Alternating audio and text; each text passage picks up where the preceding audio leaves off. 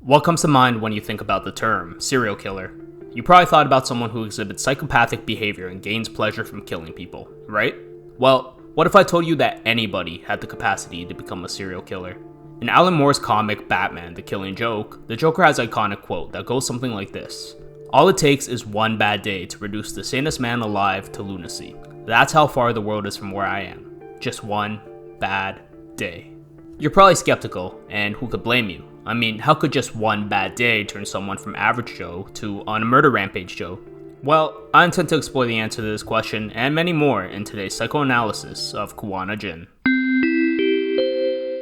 Class, welcome to Vgology, where we dissect the psychology behind our favorite video games. Make sure you check in for attendance by hitting that like and subscribe button. Please be advised that this video will contain heavy story spoilers for the game Lost Judgement, so I strongly recommend playing through it first before watching this video. Okay, so today I want to do a deep dive into the mind of Kuwana Jin and answer our research question: what drove Kuwana into becoming a serial killer?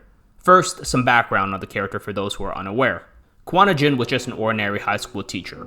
One of the students in his class, Mitsuru Kusumoto, was a victim of bullying by a group of students, also in Kuwana's class. Another student, Yoko Sawa, reported the bullying to Kuwana, but Kuwana made light of the situation, considering the behavior to be just normal teenage antics. Kuwana laughed off the situation and told the bullies not to take it too far. The bullying continued, driving Mitsuru Kusumoto further and further into despair. Sawa, concerned for Kusumoto's well-being, begged Kuwana to look into it. Seeing how serious Sawa was about the situation, Kuwana agreed and decided to set up a hidden camera in his classroom. This hidden camera captured a truly awful sight: students gathering around Kusumoto, beating him, stripping him, and bullying him, to the point where he soiled himself.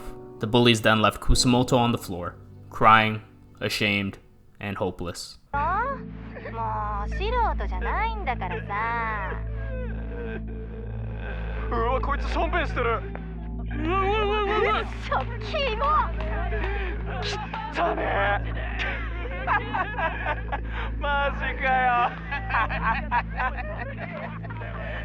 Kuwana finally had proof of the bullying, but tragically, before he could retrieve the camera and watch the video, Kusumoto jumped off the roof of his high school. Soon, the school was wrapped up in controversy as the events became known to the public. The bullies threw one of their own, a bully named Kawai, under the bus and pinned all the blame on him. Kawai had to transfer schools due to the controversy, but all the other bullies got off scot-free. Kuwana resigned in disgrace, filled with hatred and disgust for the bullies. This event would lead Kuwana into becoming a vigilante of sorts, hunting down and killing bullies that were not punished by the legal system. Kuwana had become a serial killer. There are several things going on here at the psychological level that would inspire this change in Kuwana.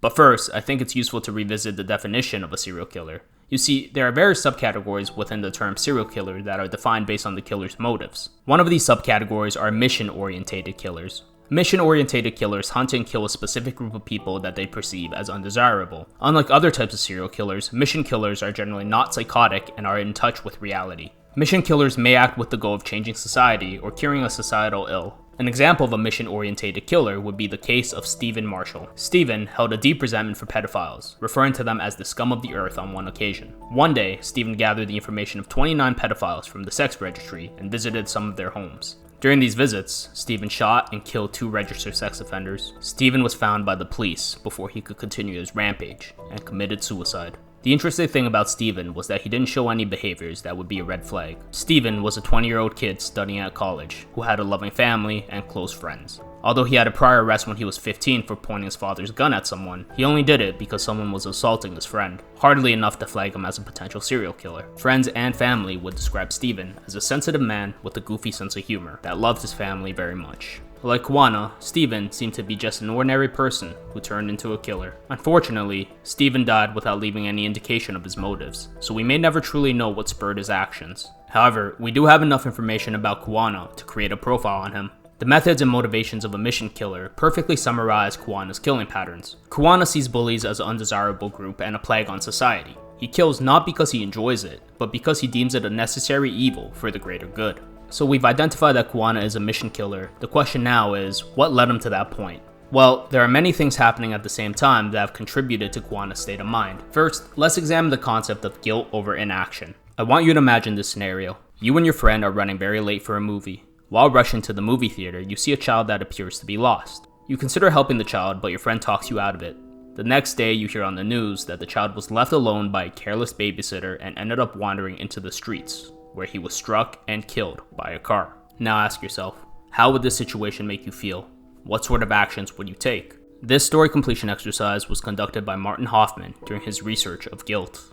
Participants of the study reported feeling extreme empathetic distress for the child and parents.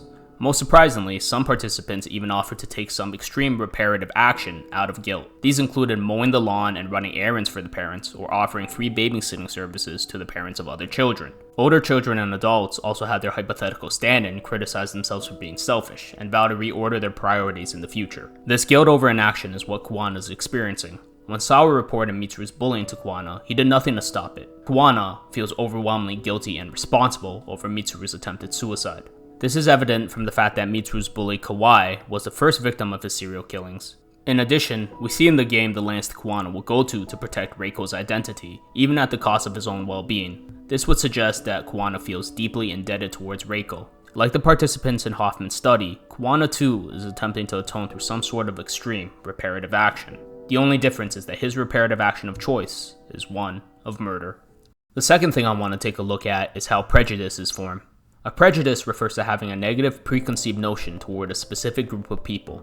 One of the ways a prejudice can form is through historical events. For example, after the tragic events of 9/11, some people developed negative prejudices towards all Muslims. Similarly, the act of bullying that caused Mitsuru to attempt suicide was an event that caused Kuwana to detest all bullies. Now, obviously, the act of bullying itself is a detestable thing, and all bullies are, at least to some degree, guilty of a wrongful act. The point I'm trying to illustrate here is that Kuwana did not take the act of bullying very seriously until after this event that had severe consequences. This event then led to an extreme prejudice where Kuwana believed that bullies would be better off dead. This newfound prejudice then inspires Kuwana to become a vigilante. Scholars agree that the definition of vigilante tends to revolve around two core concepts. These two concepts are that it involves people taking the law into their own hands, and that it is done with the intention of seeking some sort of justice. Safia Ahmed expands on this definition in their writings and suggests that vigilantes are private citizens who use coercive extra-legal measures against alleged transgressors of some normative code to fulfill their conception of justice in place of state-sanctioned police or judicial authorities. Under both the definitions, we can see that Kuwana fulfills the conditions for being a vigilante. He is a private citizen who takes the law into his own hands and administers justice in place of the judicial system by killing bullies. In fact, the failure of the justice system is one of the key aspects behind vigilantes. Dr. Stephen Rochford described several motivations for vigilantes, two of which are relevant to Kuwana. The first is a lack of trust in the justice system. If the justice system is perceived as ineffective, vigilantes become more motivated to invoke justice in order to compensate. The second motivation is sanctioning a wrongdoing. This happens when punishments applied by the justice system are deemed inadequate, motivating the vigilante to administer what they consider to be the deserved punishment. We already know that Kuwana harbors a deep resentment for the justice system. In Kuwana's eyes, the system failed the victims of bullying by letting their bullies get off too lightly. In fact, Kuwana's accomplice Akihiro Ihara hatched their plan with the sole intention of making a mockery out of the justice system in order to show how ineffective it was. Finally, in Safia's writing, they identified different subcategories of vigilantes and the intentions behind their actions. One of these subcategories are grudge vigilantes. Grudge vigilanteism occurs when a vigilante targets a person they have a personal reason to dislike. We already know that Kuwana formed a strong prejudice against bullies and has a deeply rooted personal reason to resent them. This motivator, paired with Kuwana's perceived failings of the justice system, inspire Kuwana to act outside of the system in order to administer what he believes is true justice. So, there you have it. An ordinary high school teacher, racked with guilt and blinded by hatred, turned into a vigilante serial killer, and all it took was one bad day. Let's recap. Kuwana felt deeply responsible for Mitsuru's attempted suicide. Through a process called guilt over inaction, Kuwana wanted to seek some kind of reparative action against the bullies. Disgusted by the justice system's failings, Kuwana developed a strong prejudice against bullies, believing they were better off dead. Kuwana took matters into his own hands and conducted acts of grudge vigilanteism.